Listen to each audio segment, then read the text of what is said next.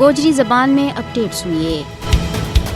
بھارت میں مسلمانوں کے خلاف نفرت میں اور گزرتا دن کے نال نال بد ہوتا جا رہی ہے۔ RSS کی حمایت یافتہ BJP دور حکومت میں مسلمانوں کو جینو حرام کر دیتا گیا اور بھارت میں ایسی قانون سازی کی جا رہی ہے جڑی مسلمانوں نے دیتا گیا شہری اختیارات اور حقوق سے بھی انہوں نے محروم کیا جا رہی ہے۔ بھارت میں پردہ پر حالیہ پابندی اور اسلامو فوبیا کا بدتا ہوا واقعات پر اسلامی تعاون تنظیم نے سخت خفگی کو اظہار کیا ہے۔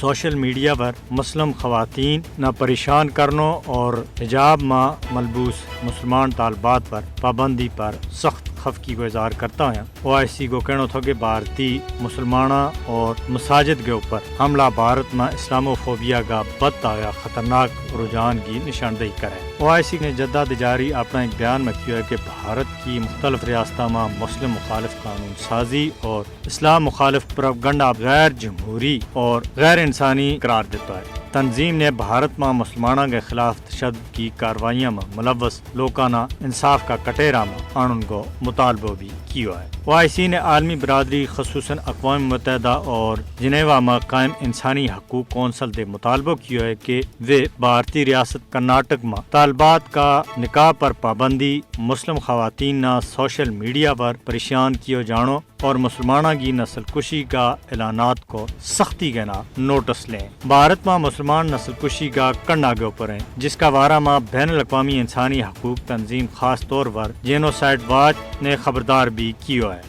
بین الاقوامی تنظیم نے اگرچہ اس گل کو اعادہ کیا ہے کہ وہ بھارتی مسلمانوں کے نال کھڑا ہیں، مگر OIC نہ چاہیے کہ وہ بھارتی مسلمانوں کی حالت زار کے اوپر گل کرن کے واسطے اگے آئیں اور ہنگامی طور کے اوپر ایک اجلاس بلائیں۔ OIC نہ بھارتی مسلمانوں کی مشکلات کا حل کے واسطے اپنی کوششاں نہ اور زیادہ تیز کرنا ہوگا۔